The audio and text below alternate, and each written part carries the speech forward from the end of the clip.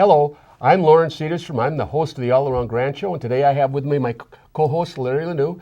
Thank you for joining us. We have a lot in our show today, which I'm calling Schools and Fools, because you'll see the meaning of that as we go. But as usual, I always like to start out with something that reminds us of summer, especially in the midst of winter. So I'm going to show you a clip from a car show, and it's a 57 Oldsmobile, which is kind of an iconic thing. So if Control Room could play that, we'll talk on the other side. Today we're here with Dennis Lindroth. How are you doing, Dennis? Oh, I'm doing fine today. Yeah. Beautiful car. This is a 57 Oldsmobile. Yes. Can you tell me the story of, we'll start out with where you found it.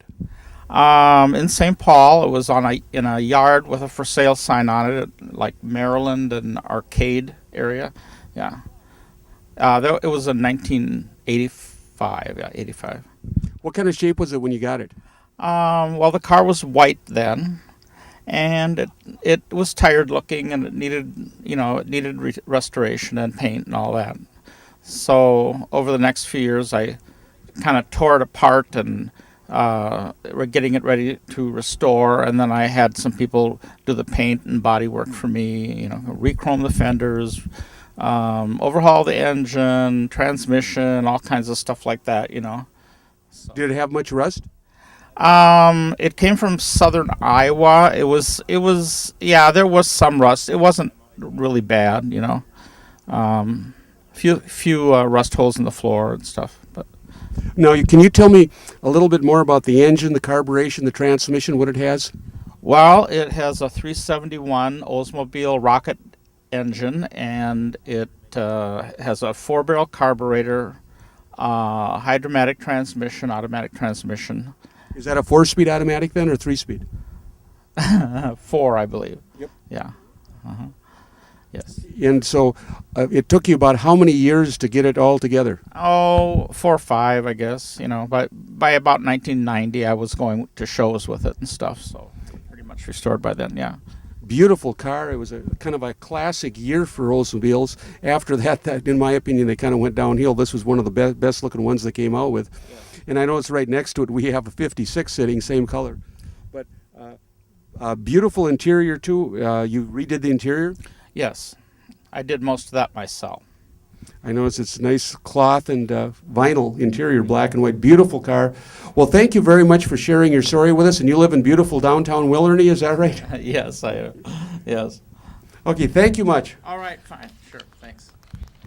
There we go. A little bit of summer there. And like I said, I always like to share that because there's a lot of people that enjoy that.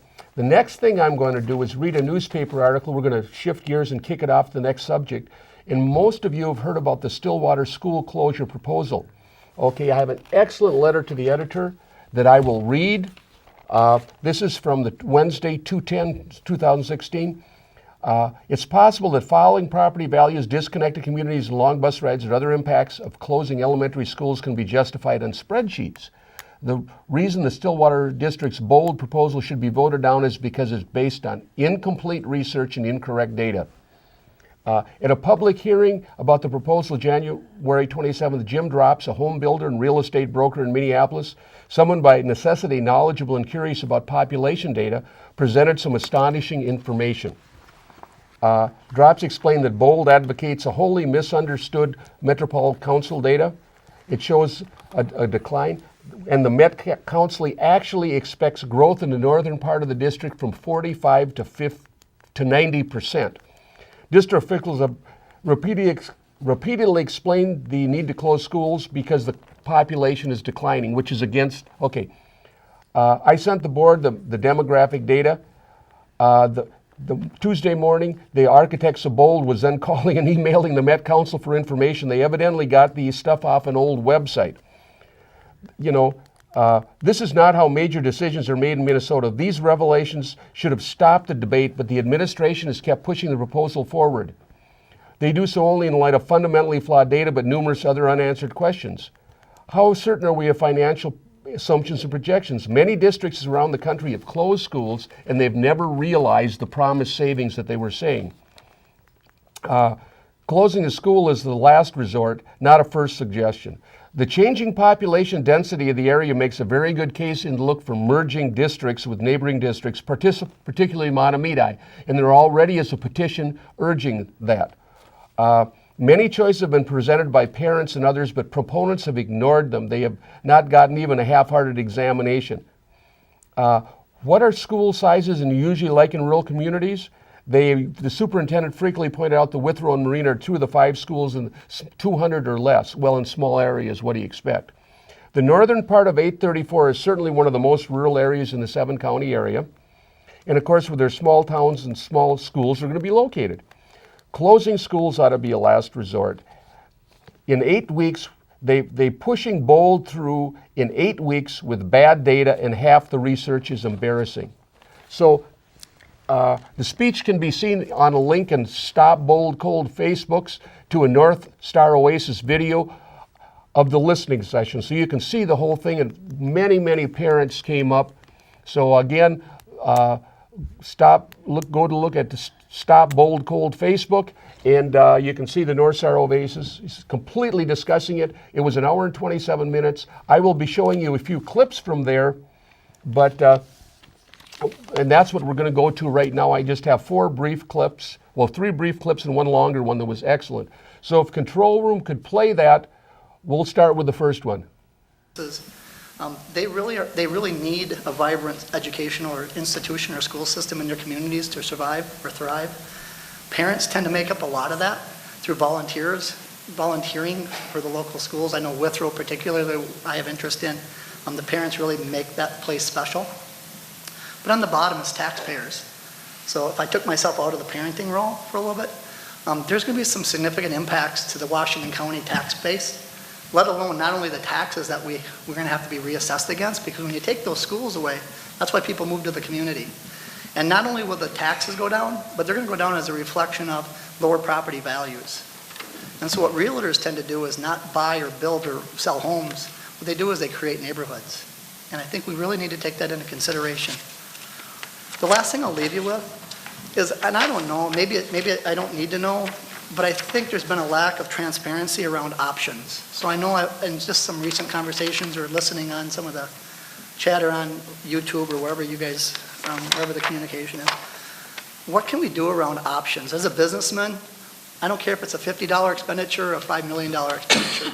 Usually here's what I want, here's where we're at today, and then I come armed with a bunch of information that helps me tell my story or a compelling story why I choose option A. And I just feel that I personally haven't been able to see that, and I hope that information resides and you would be able to. There.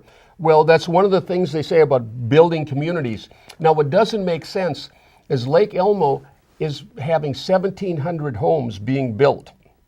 Why would you build a new school on the other side of the freeway away from where the schools are being built? Wouldn't it make common sense to build the school in the middle of the community so that can, especially in particular for an elementary school, that it would be a quote-unquote community school? So that's something that's very important. That's the point that gentleman made. Loren, what he was talking about, or what you're getting to is over in Woodbury, is you got to look at Met Council's role in this. They're pushing the growth into Lake Elmo. They force that into there.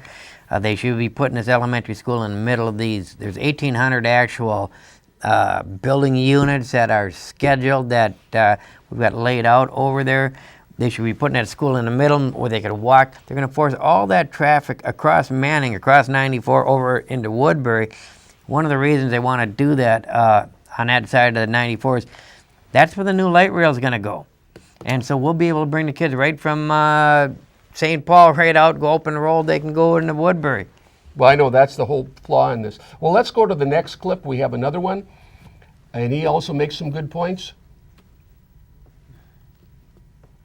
That's why the community came out against the proposal to delay the vote tonight. I understand why there's confusion, because we had been asking for significant delays in this process, and so I want to really focus on why we see this delay as a problem. So I have a number of key points on that. One, we have been asking for an indefinite delay since this whole process started. We knew right away that less than 60 days was an unacceptable timeline. However, our requests were continually dismissed by both the administration as well as members of the board. Two, our request for the delay was for the community to get engaged on exploring alternatives. However, in the administration's request, there is no mention of doing so. They've only asked for more time to continue to spread their message and try and turn the tide of continuously growing opposition to the bold proposal. Number three, later tonight you will hear from Bill Wright and I believe some others about what we have in mind for community engagement, including a number of community task force groups. And 3 weeks is simply not enough time for those to get organized and create meaningful input and output from those groups. Number four, a majority of municipalities within District 834 as well as other government officials have passed resolutions asking you to slow this process down. However, I don't think 3 weeks is what they had in mind. It's just not enough time to create meaningful change and adopt meaningful input.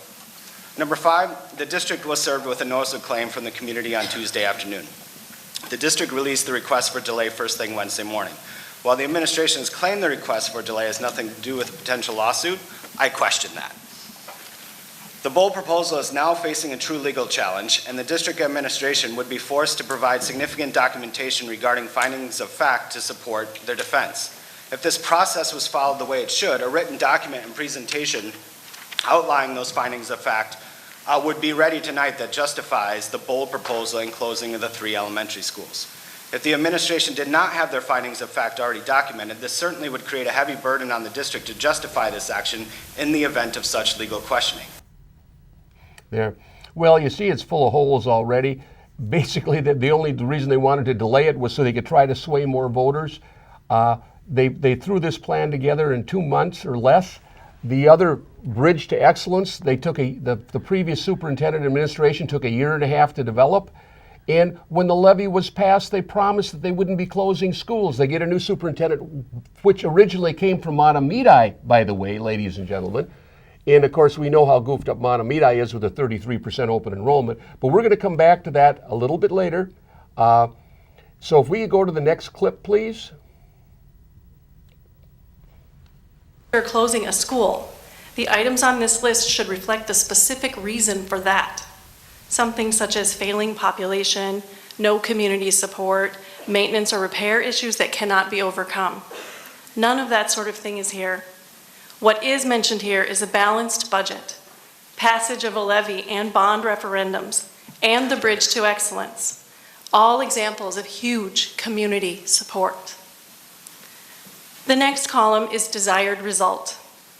Things like students will demonstrate growth, creative programs will be developed, normal technology access will be provided, and feedback from stakeholders will be gathered, are things that have little to do with the individual schools being threatened right now. I would argue that by closing the 3 schools, these items might not be addressed because of having to deal with all of the drastic changes that bold will cause. These desired results are important goals, and we support the leadership of this district in making progress on all of them. The third column is unacceptable means. It states that, quote, "We will not violate state laws or negotiated agreements." Many people here tonight believe that you have already done just that on both accounts. It appears that the idea of closing schools has been secretly discussed for quite some time. And we all know that we were promised that no schools would be closed if the levy and the bond passed. It goes on to say that decisions will not be made outside of district vision or BTE priorities, the bridge to excellence. Here are just a few of the beliefs listed in our strategic plan. I got one. There. Again, the reflecting the promises that were made in the quick change. They bring somebody in like a revolving door, and all of a sudden, all the plans the previous superintendent and the time they took, the 1.5 to 2 years to develop it, basically it sounds to me like this woman is trying to build her resume to show that she's going in here and the great things that she can claim. I worked in education for 29 years. At White Bear, I saw that chronically. Our principals were a revolving door. They'd come in, they'd go out. Some of them would be assistant superintendent. And every time somebody came in, they had a whole bunch of new ideas. So about every 4 to 5 years, we had to redo everything differently. Lauren, if I could, I was at that meeting myself, and Sarah spoke very well, but there was a gal that came up and she simply read the literature each of the board members ran on and how they're going to support the schools, they're going to do that. And when she was done, she read each one of them, just all you have to do is honor your word that you ran on, and there's no way you would be closing these schools. So it is amazing that, they run on one ticket and then pretty soon they're doing something completely different. Oh, I agree. And we're gonna run the next one, which is a longer one. Bill Wright, had an excellent, and then we're gonna tell you where you can watch the whole thing. To Superintendent Pontrelli and the board members earlier today. I know you receive a lot of emails. I'm not sure you've had a chance to read it. I want to briefly summarize it here tonight, but I encourage you to read it. And again, I know you receive a large volume of notes. In the note, I first encourage you not to delay the vote this evening. I think that this process, the people here, the administration, the board, we deserve to have some form of resolution from the thoughts and opinions that have been shared.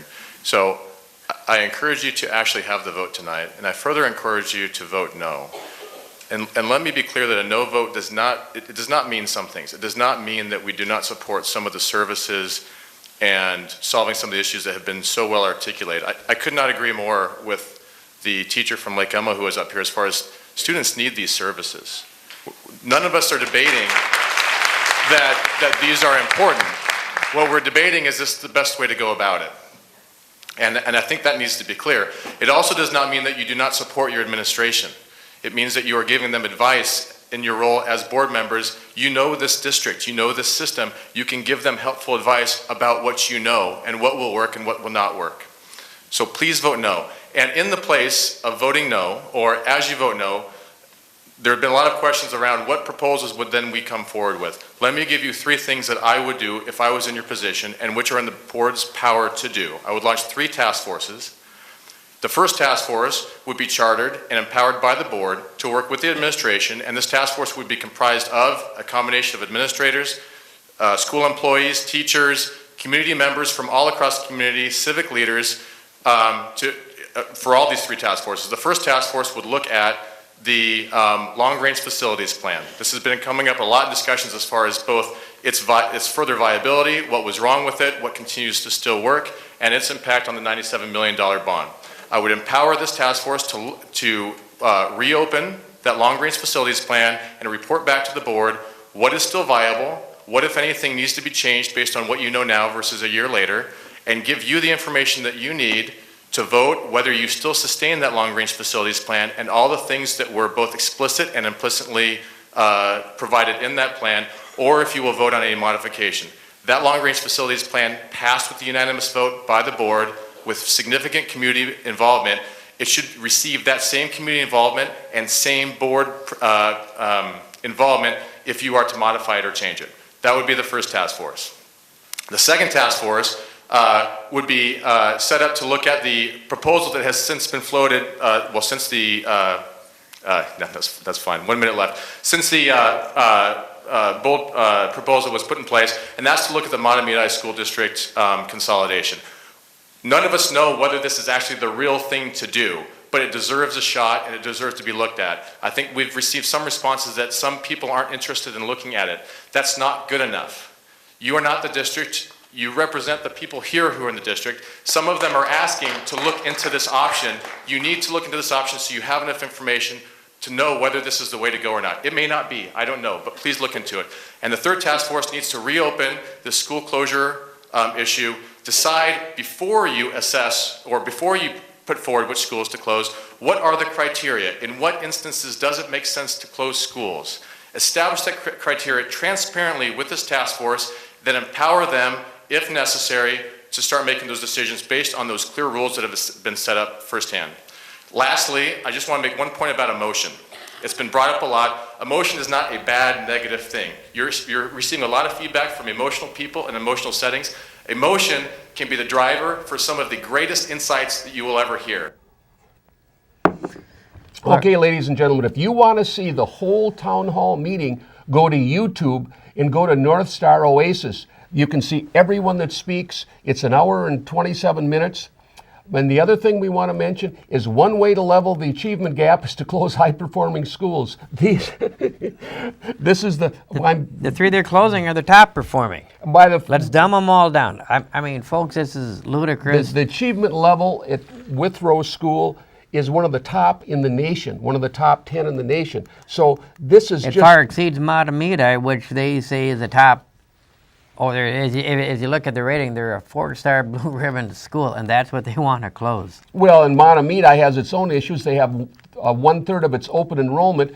Currently, there's 230 students that go from Stillwater to Matamidi, so they're writing a check for $2.3 million every year.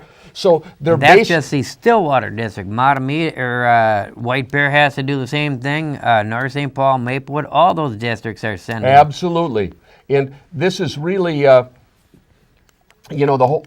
They're talking about that, about a merger. They have a petition, and we're going to see what happens with that. Actually, there's a petition which forces them to have a public hearing on the merger. And folks, we hope the petition to merger is held a little better. Typically, they call listening sessions. They let people come over and speak. They don't listen to them.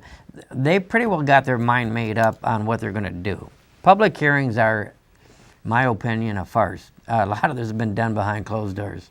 I remember going to a vocational meeting when I was working at White Bear because I was a vocational coordinator, and the director said, well, we've made a decision. Now we have to develop a rationale. Well, wait a minute. That's backwards. You use the rationale to make a decision, not rationalizing what you picked on. Oh, I think I'll take this, and now what are the reasons I can come up with? So that's it. But now we're going to go to a clip that was on Channel 5, which was real interesting, and the senator and state representative and state senator weigh in on this. So if we could play that, please, we'll talk on the other side.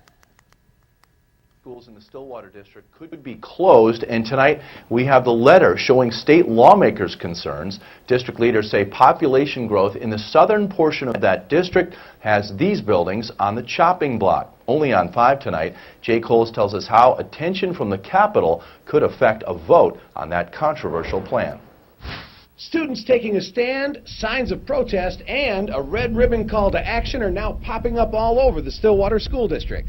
And some want to know why Withrow, Oak Park, and Marine Elementary schools might close after voters recently approved nearly $225 million over the next 8 years to improve the district. After giving them a significant amount of money for these things, all of a sudden we're at a place where we're closing 3 elementary schools, and I don't think people have a taste for that.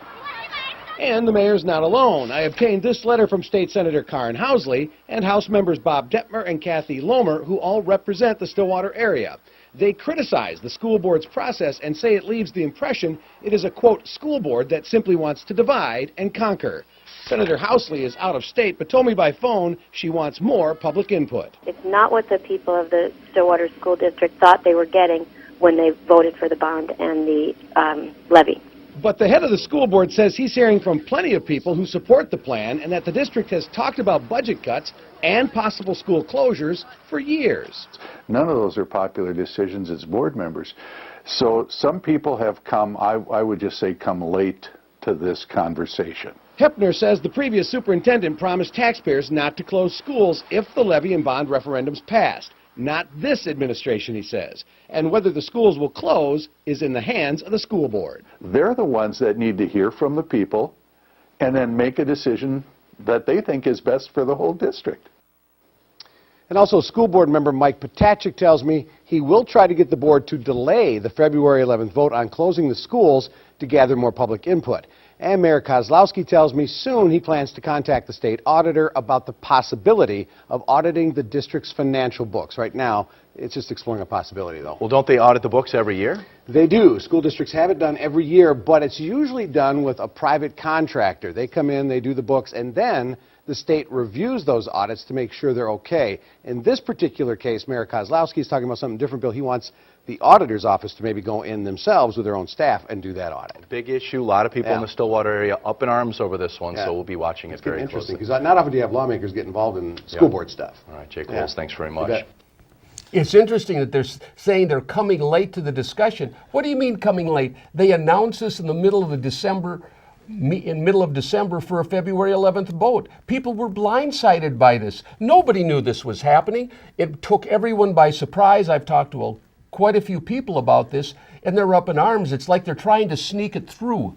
You know, the other interesting thing is this Oak Park Elementary they're talking about. Last year, there was just a big rush last summer to put new air conditioning in it and upgrade everything. This is what they're going to turn into an administrative center. Gee whiz, is that a coincidence? Maybe, maybe not. But Loren, I think what my understanding is they did decide to delay it until March 3rd, which is just next week, that vote. Bill Wright says, let's have the vote, let's vote it down, and let's start over. And the school board would have probably had that vote that night, except for they had received a letter that there would be litigation if they vote to close those schools. They'd be involved in litigation. So the only reason the school board chose not to vote was so they can figure out where are we with the lawsuits that are going to come from this. They wanted to clear that up before they make their vote. But I think their mind has already been made up. Oh, absolutely. They're going to go through with this, and I tell you, a lot of the parents said they're going to take their kids out of the district. They're very, very upset. But we have one more clip that we want to show you from Channel 5 also, so if Control Room could play that. Schoolers transferring to other schools, all in the name of sports. 5 Eyewitness News has learned a state lawmaker wants to investigate how often it's happening here in Minnesota. Katherine Johnson spoke with a now former coach who says this possible audit is misguided. It's a story you'll see only on 5 tonight. Oh, look at the little baby. He's sleeping. It's a different kind of coaching that fills Mike Pendino's days now. Come on, buddy.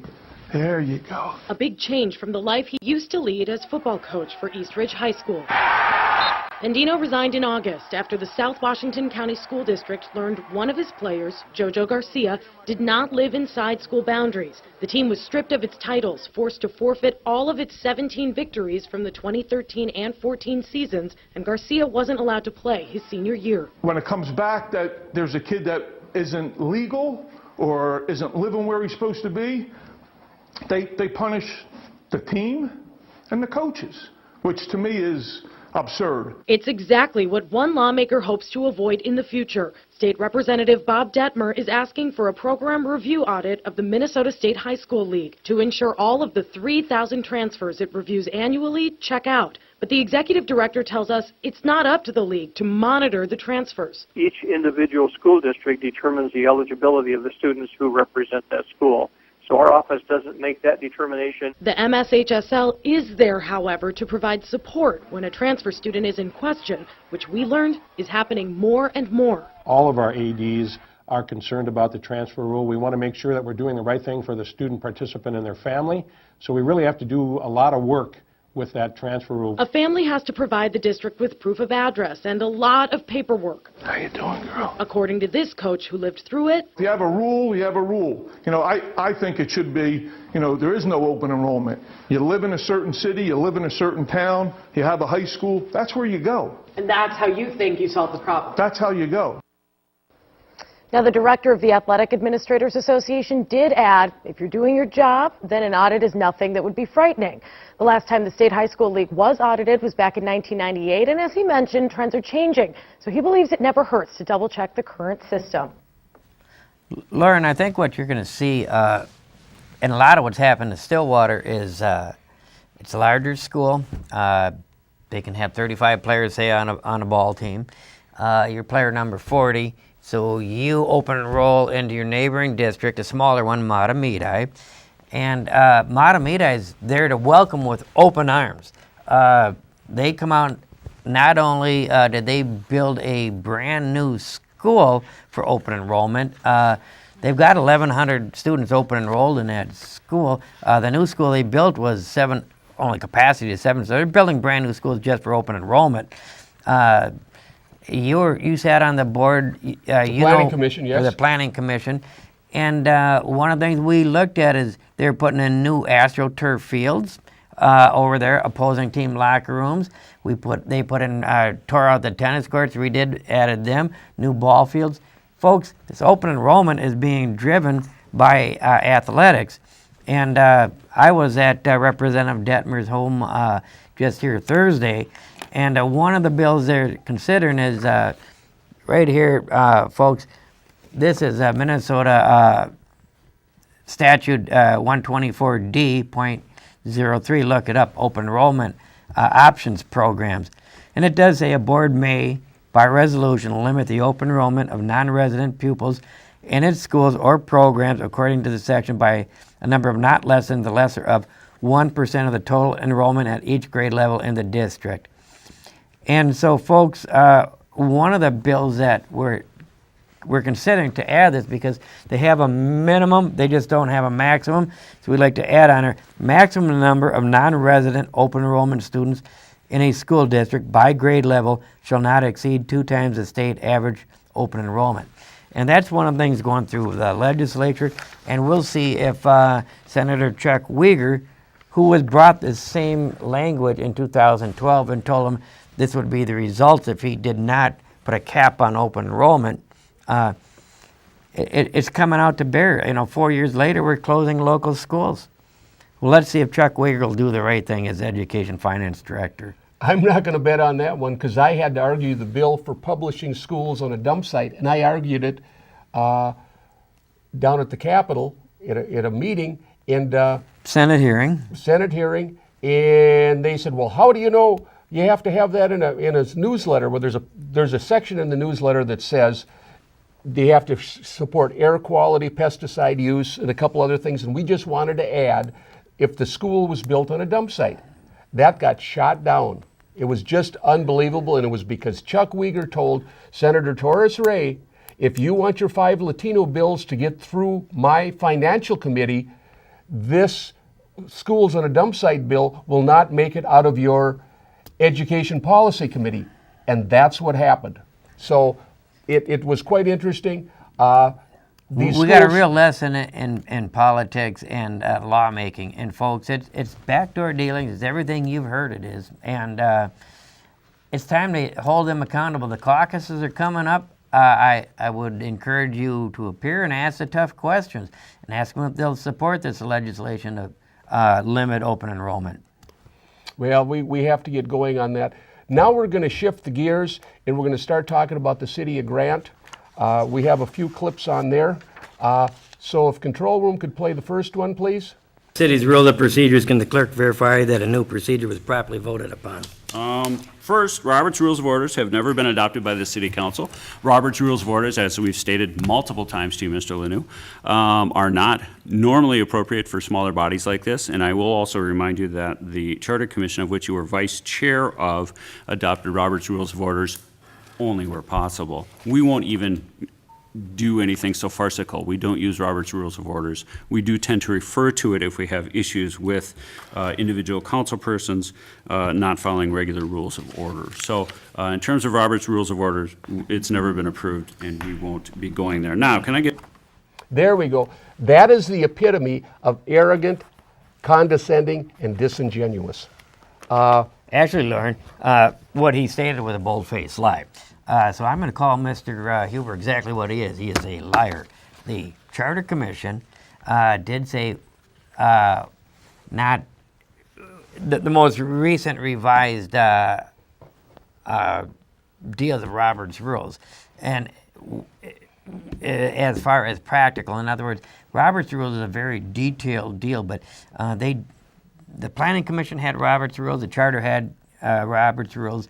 Mayor Carr stated the Charter Commission of the city operates from one, but so Mr. Huber is just simply a liar. We go by Thomas's rules.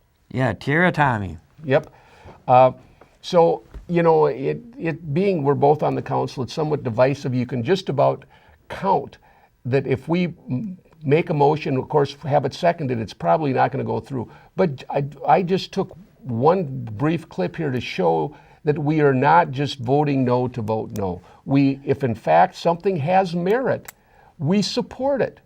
And here is an example, so I want to show that we in fact do support things. So if we could play the next clip, please. The city engineer and the city administrator to go out for Class 5 servicing quotes. I had a first move by Tina Lobin and a second by Mr. Carr. And the votes? All 5. 5 yes, no no's. There's an example of he was taking the vote count verbally so it could go in the minutes, and it was a 5-0 vote to support the road evaluation and study, which we need badly. Well, we'll vote exactly on the issue that we believe in. I mean, we don't vote no to vote no. I mean, if there's issues that are important, that's exactly what you vote on the issue. And it's not a gotcha game like they're playing with us. But that's showing that. Now we're going to go talk to roads again because we have a couple, 3 issues on this, okay? It's very, very, important. So we're going to be seeing the engineer talking about the road evaluation system that they want to have a study so they can prioritize to see which roads are higher traffic and need to be fixed first, which ones we can save, which ones we can't, etc. And that's what they're trying to do, get a sense of direction. They've been throwing garbage about this road policy for the last 6 to 8 years. Oh, we can't fix it because of road 30 policy. years.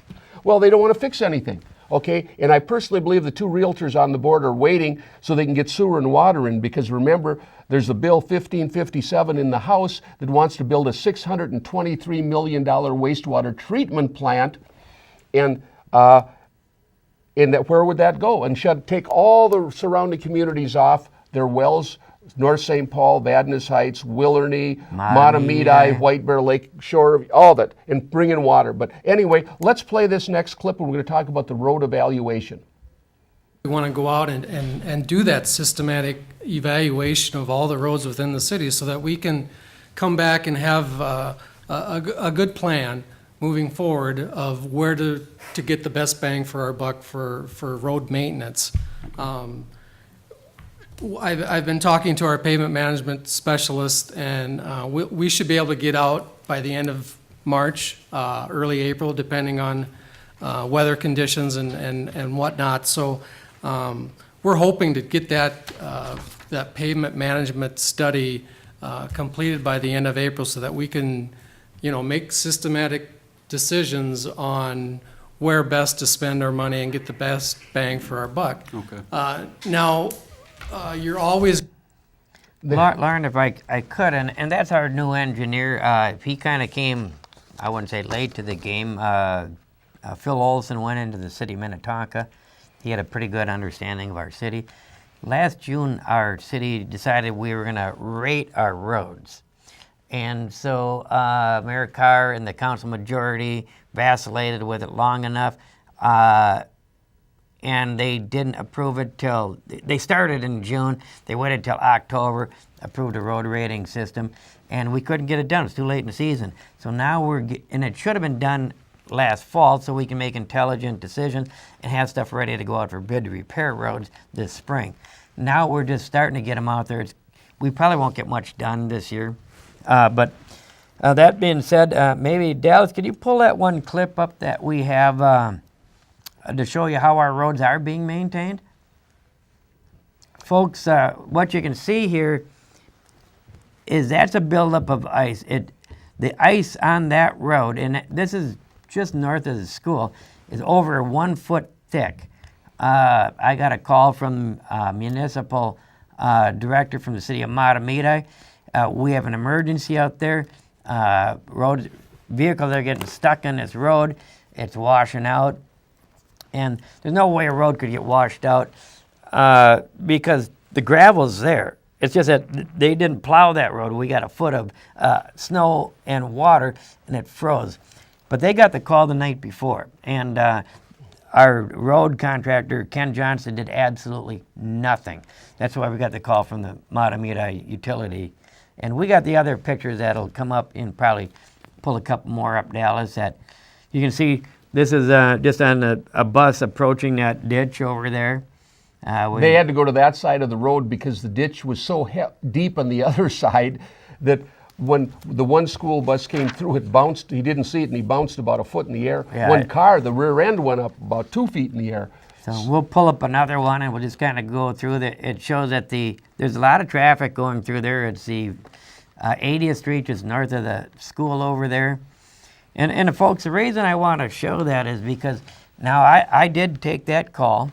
I I went out there and called our city administrator, went to the city hall, and you can see there's the Washington County Sheriff's squad car there. You can see his spotlight out there.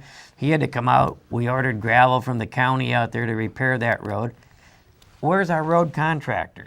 He got the call the night before and ignored that safety issue. So I will probably get my censure extended because I called City Hall and got this taken care of. But I want to show you folks.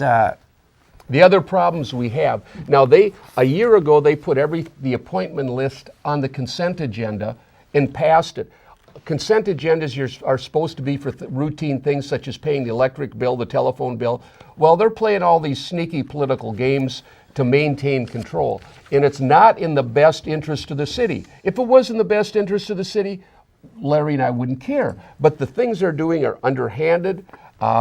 Folks, what I have here is your year-to-date disbursement list. And so year-to-date, we have a road contractor that's been getting paid, and so far out of miscellaneous has been getting $332. Animal control's $166. So far for January and February, he's been paid $250 for mowing town hall. He's been I wanted to add, the grass is really growing this time of the year. He's been paid $250 for ball field maintenance. $334 for removing garbage on the side of the road. I don't know when he did that in January and February when the snow was out there. He's been getting paid for $84 for dust control. I don't know how much dust control he did this winter. Road sign replacement, $166. Culvert repair, $42. I don't know how he did that in the frost. Ice and snow removal has been paid $10,833. And folks, it's only plowed probably 2 or 3 plowable snows this year. Roadside brushing, we've been charged $4,500. And roadside mowing, $1,000. You can see the type of care he gives to your city. He got that call the night before and ignored it, and yet they're billing everything out. We're paying for stuff we're not receiving. Well, not only that, I pointed out to the attorney at the time they appointed him that if you go over $50,000, you have to have more than one bid.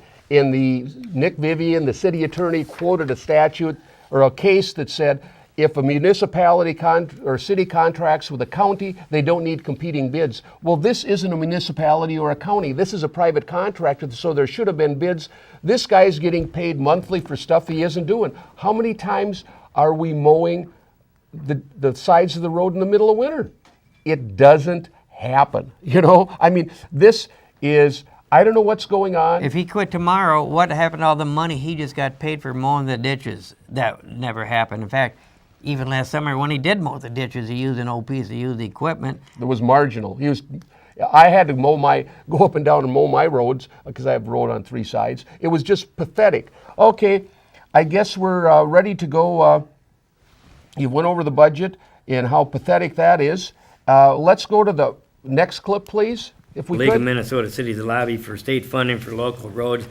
And last year, the city of Grant received $60,000 from the state for roads in our city.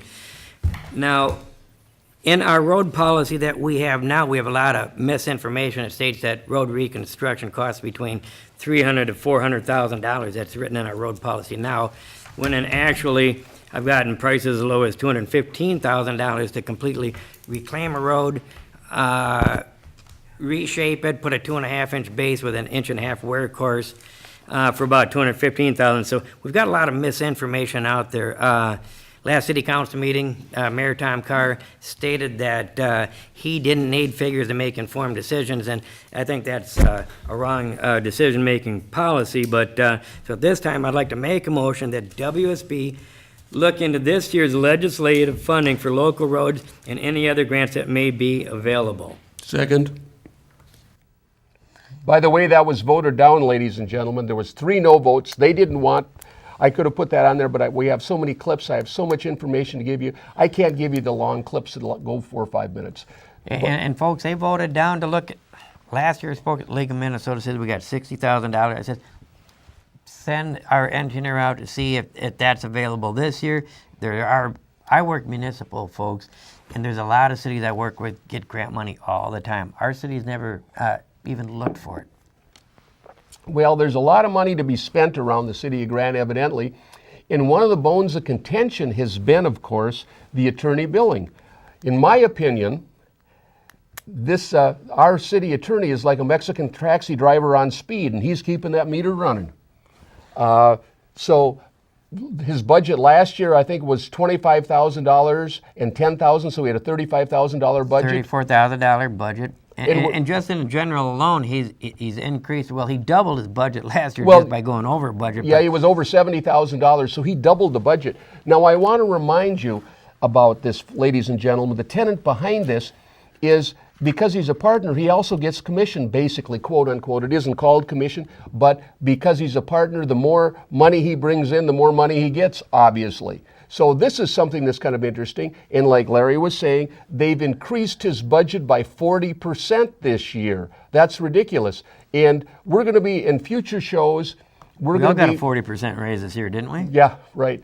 We're going to be bringing you some information on current lawsuits, some of them that aren't done, but we will show you the tremendous waste of taxpayer dollars. That $70,000 could have went to touch up a third of McCusick Road, which, by the way, as I understand, Councilman Huber wants to turn back into gravel and put a cul-de-sac on. He's actually meeting separately with the road, our engineer, to figure out how we What's can do going to be real interesting, because next summer they're closing the intersection of Manning and 96 because they're going to put in a roundabout. So people will be forced to go down McCusick. Of course, the county says you go down 12, but people aren't going to go. Human behavior tells you you're taking. You're not going to go 3 miles out of the roadway if you can take a shortcut to get home. It just isn't going to happen. But again, this is some of the stuff that's going on. These guys are very rigid. If it isn't their idea, they don't like it, they won't pass it. They're extremely cheap. A lot of residents want to have some safe roads. It's getting to be a health and safety issue. But we're going to shift gears now, and we're going to talk about the attorney billing. So if we could play that clip. Go ahead. Okay. Currently, our city is engaged in several litigations. Please explain who directs your firm to start litigation. Is it a council decision, or is it the city administrator? And can you give me a rough estimate of your cost since last year billed against the charter, that you billed against the charter and any resident of Grant that supported the charter? I know that's an unfair question to ask you because you're filling in for Nick tonight, but it's something that I'd like to get there, because right now I'd like an explanation of your billing. There's no clear information as to what your invoices are billed against. When we get your invoice and you can look on the deal, it simply has some numbers. We have no idea what they are billed against, what projects, what cases you're working on. So I know when our road graveling, the Klein brothers, when they send an invoice, they tell me what road they're working on. They tell me what equipment, the hours, and the material they're putting in. Now, when we've got your invoice, we have absolutely no idea of what we're being as councilmen, because we don't have the breakdown of what your invoice entails. And as I review the budget this year, it looks like your general legal has been increased for 40%. And I was going to ask Nick if he thought he could stay within that 40% increase. And so I'm not going to ask you that tonight, because that's the question that should have gone from Nick, but maybe you can bring it back to him. So certainly. There we go. You might want to expound upon that. Well, what I said, I'll give a good example.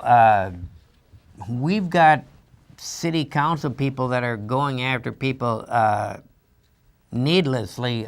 We sent a reporter out to show Councilman Tina Loban refused to come to a special meeting because she wanted to be at a water ski practice. They sued a reporter, the city has. It's not completely done, but the courts come back and said they threw it out because it didn't have probable cause. Now that cost your city about 20 grand. Mr. Huber, here's a police report he's filed against me on assault. He says it's because he was at a meeting on commercial dump sites. The police report I've got the police report here, and I'll just read a quick sentence out of there. Huber said they were having a meeting in regard to the commercial dump sites. Mr. Huber obviously didn't know what he was talking about.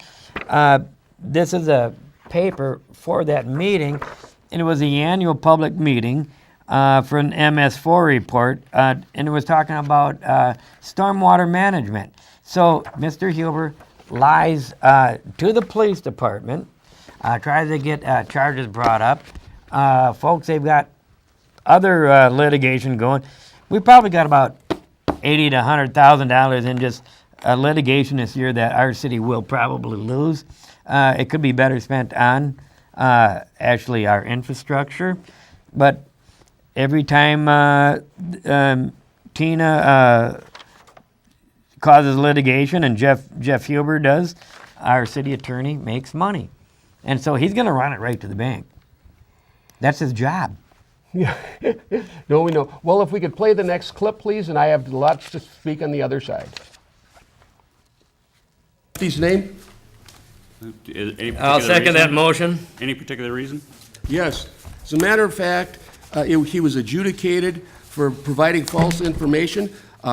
It's Minnesota Statute 211B-06, and the reason that he wasn't convicted was because the 8th Circuit Court of Appeals said that it's okay to lie in... Okay, that's enough. We're not going to be smearing people who are not present. This is what I am talking... Okay, ladies and gentlemen, let me read. This is from the Office of Administrative Hearing. This is the verdict. Okay, the complaint alleges that each of the respondents circulated a petition to place a question on the ballot. In their attempt to attain required signatures, respondents disseminated false and inaccurate information about the city's charter, specifically that respondents misled residents of Grant by stating that under a charter, a district court judge would make all the decisions. The petition was not to disband the charter commission, but to get the charter on the ballot, and the petition was the opportunity for residents, the only opportunity for residents of Grant to have a say regarding the charter.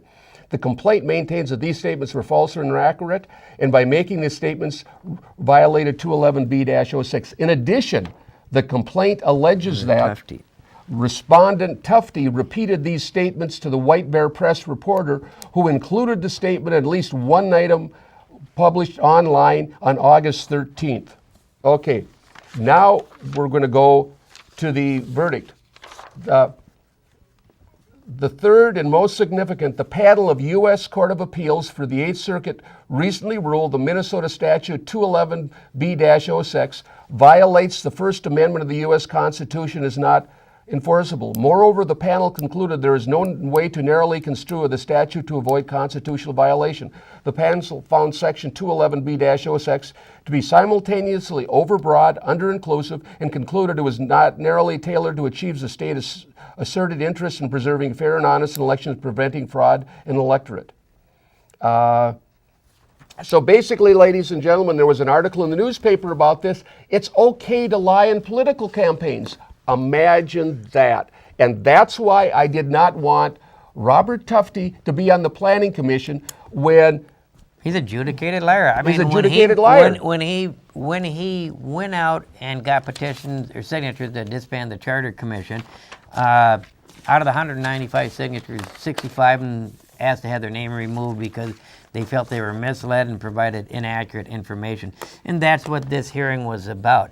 But what they said is they knew they're allowed to lie. So when the vote comes to disband the Charter Commission, they put out more information that said the charter will bring public sewer and water, when indeed 2 articles in the charter said it was not permitted. It was not permitted.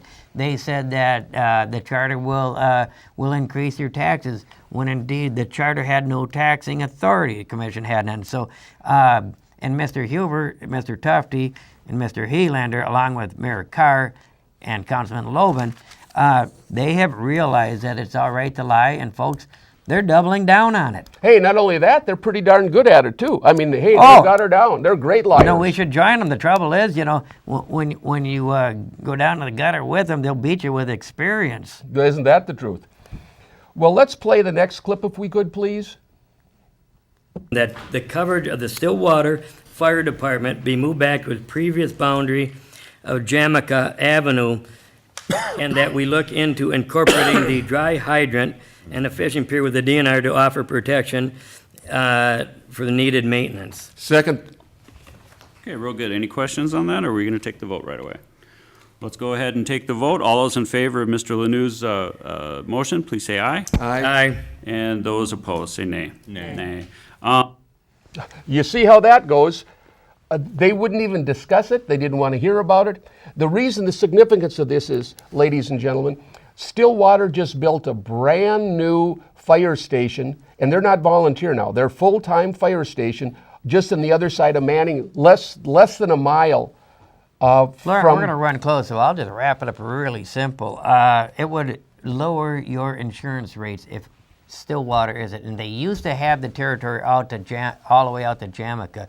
I've asked them to return it down back to that boundary, and it would lower your insurance rates out there. And they'd rather have you pay higher taxes than higher insurance. Okay, let's play the next clip.